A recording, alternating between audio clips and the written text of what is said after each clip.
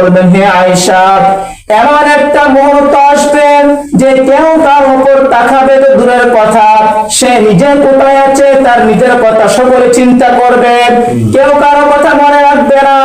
কে পিতা ছিল, কে মাতা ছিল, কে ভাই ছিল, কে বোন ছিল, কেউ কাউকে চিনবে না।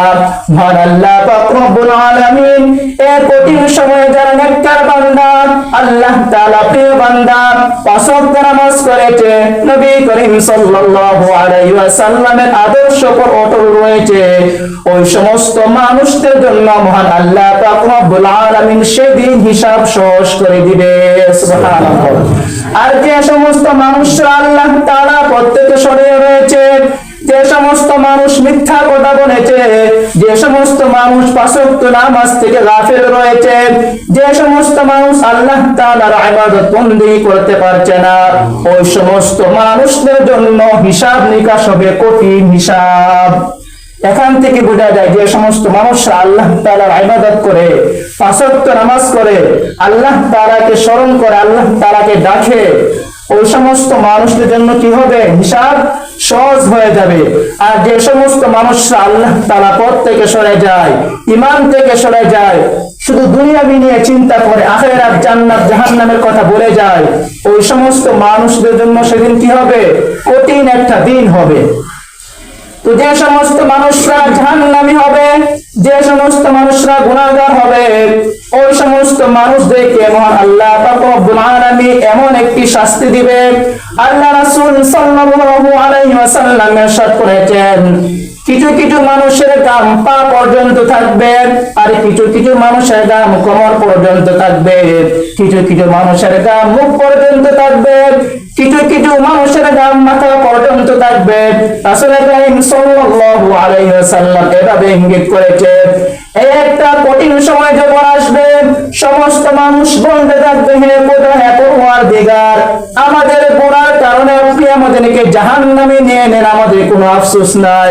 কিন্তু শুরুটা যখন মানুষের আঘাত করে থাকবে, সমস্ত মানুষ তথ্যের দ্বারা কাঁপতে থাকবে, তাদের গুনার কারণে, তাদের কৃতকর্মের কারণে সমস্ত মানুষ ভয়ে বলতে থাকবে, হে পরওয়ারদিগার, আমাদের হিসাব নিকাশ শুরু করে দেন, আমরা সহ্য করতে পারছি না, সেই জাহান্নামের আগুনের তাপ আমাদের গায়ে সহ্য হচ্ছে না, সেই সূর্যের তাপ আমাদের গায়ে সহ্য হচ্ছে না।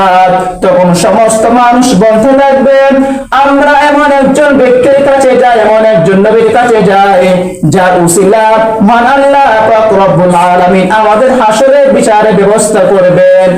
সমস্ত মানুষ যখন হযরত নবী আদম আলাইহিস সালাতু ওয়াস সালামের কাছে সুপারিশ করবেন, হে আদম, আপনি তো আমাদের পিতা ছিলেন, মহান আল্লাহ পাক রব্বুল আলামিন পৃথিবীর বুকে সর্বপ্রথম আপনাকে সৃষ্টি করেছেন, আপনি সমস্ত মানুষের পিতা ছিলেন, আপনি মহান আল্লাহ পাক রব্বুল আলামিনের নিকট দোয়া করেন, আপনি মহান আল্লাহ পাক রব্বুল আলামিনের কাছে সুপারিশ করেন যেন আমাদের এই কঠিন মুহূর্ত থেকে বিচারের ব্যবস্থা করে। তখন সে আদম নবী বলবেন, না না না, আমার সুপারিশ কবুল করা হবে না, আমি মহান আল্লাহ পাক রব্বুল আলামিনের নিকট জবাব দিতে পারবো না। কেননা হযরত আদম নবী বলবেন, মহান আল্লাহ পাক রব্বুল আলামিন আমাকে বলেছিলেন একটা গাছের ফল থেকে বিরত থাকার জন্য, কিন্তু আমি অন্যায় করে ফেলেছি, সেই অন্যায় করার কারণে মহান আল্লাহ পাক রব্বুল আলামিন আমার কথা গ্রহণযোগ্য করবে না।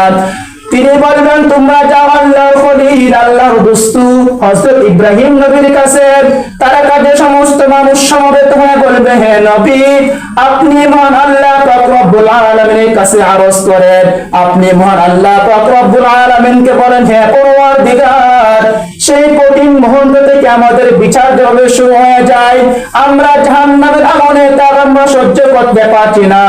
হযরত ইব্রাহিম নবী বলবেন, আমার কথা মহান আল্লাহ পাক রব্বুল আলামিন কবুল করবে না। এভাবে হযরত ইব্রাহিম নবী বলবেন, তোমরা হযরত ঈসা নবী আলাইহিস সালাতু ওয়াস সালামের কাছে যাও, সমস্ত মানুষ হযরত ঈসা আলাইহিস সালাতু ওয়াস সালামের কাছে যাবে। ঈসা নবী শেখের কথা বলবেন, তিনি বলবেন, তোমরা হযরত মুসা আলাইহিস সালাতু ওয়াস সালামের কাছে যাও। হযরত মুসা আলাইহিস সালাতু ওয়াস সালাম বলবেন, হে দুনিয়ার মানুষ, সেই ইমানদারগণ, শোন, তোমরা যে আমার নিকট এসেছো, আমার নিকট আসিয়া তোমাদের কোনো ফায়দা হবে না। কেননা আজকে যে কঠিন মুহূর্ত, সেই কঠিন মুহূর্তের মধ্যে আমি আল্লাহ পাক রব্বুল আলামিনের নিকট জবাব দিতে করব না, জবাব দিতে আমি এরকম সাহস পাবো না।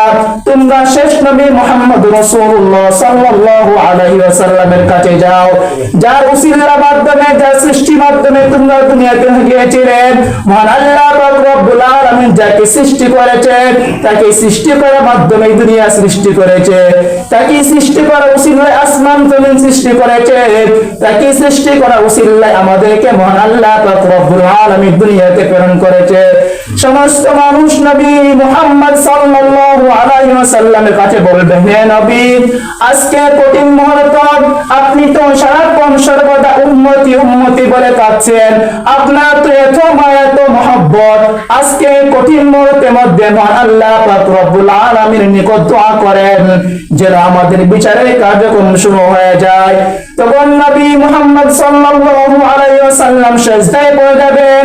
সিজদায় পড়ে গিয়ে তিনি মহান আল্লাহ পাক রব্বুল আলামিনের নিকট বলবেন, ইয়া প্রভু, ইয়া উম্মতি, ইয়া উম্মতি, ইয়া উম্মতি, হে পরওয়ারদিগার, আজকে আমার উম্মতের কি দশা হবে? জাহান্নামের আগুন থেকে আমাদের উম্মতদেরকে বাঁচান। নবীজি সাল্লাল্লাহু আলাইহি ওয়াসাল্লাম বলেন, যতক্ষণ পর্যন্ত মহান আল্লাহ পাক রব্বুল আলামিন এই কথা না বলবে, হে নবী, তোমাদের জীবনের সমস্ত গুনাহ মাফ করে দিলাম, তোমার উম্মত যারা রয়েছে তাদের জীবনের সমস্ত গুনাহ মাফ করে দিলাম, এই কথা যতক্ষণ পর্যন্ত না বলবে, ততক্ষণ পর্যন্ত আমি আমার মাথা উঠাবো না। সুবহানাল্লাহ। তো সমস্ত মানুষ আফসোস করতে থাকবেন, নবী মুহাম্মদ সাল্লাল্লাহু আলাইহি ওয়াসাল্লাম সিজদায় পড়ে থাকবেন। আল্লাহ পাক রব্বুল আলামিন বলবেন, ইয়া মুহাম্মদ, হে নবী, হে আমার দোস্ত, তুমি তোমার মাথা উঠাও, তোমার কি প্রয়োজন, তুমি কি কথা বলবে, তুমি আজকে যা বলো তোমার কথা আজকে কবুল করা হবে। আমার নবী রাহমাতুল লিল আলামিন বলবেন, হে পরওয়ারদিগার, তুমি তো আমাকে চিনো, আমাকে জানো, আমি দুনিয়াতে টাকাকালীন আমি কিছু চাই না, আমি চাই কেবল মাত্র আমার উম্মতদেরকে জাহান্নাম আগুন থেকে বাঁচান। আমার উম্মত খুব দুর্বল, দুনিয়াবি কাজে করিয়া আমার উম্মত তোমার দিন থেকে সরে গিয়েছে, দুনিয়াবি ব্যস্ত করিয়া নামাজ থেকে সরে গিয়েছে। ওই সমস্ত অপরাধ করার কারণে মহান আল্লাহ পাক রব্বুল আলামিন আমাকে যেরকম ভাবে তুমি সৃষ্টি করিয়া দুনিয়াতে প্রেরণ করেছিলেন, তুমি তো তাদেরকে একইভাবে সৃষ্টি করেছো। অতএব আমি আজকে তোমার দুস্থ হিসাবে তোমার নিকট দোয়া করেছি, তোমার নিকট আবদার করেছি, আমার উসিলায় তুমি তোমার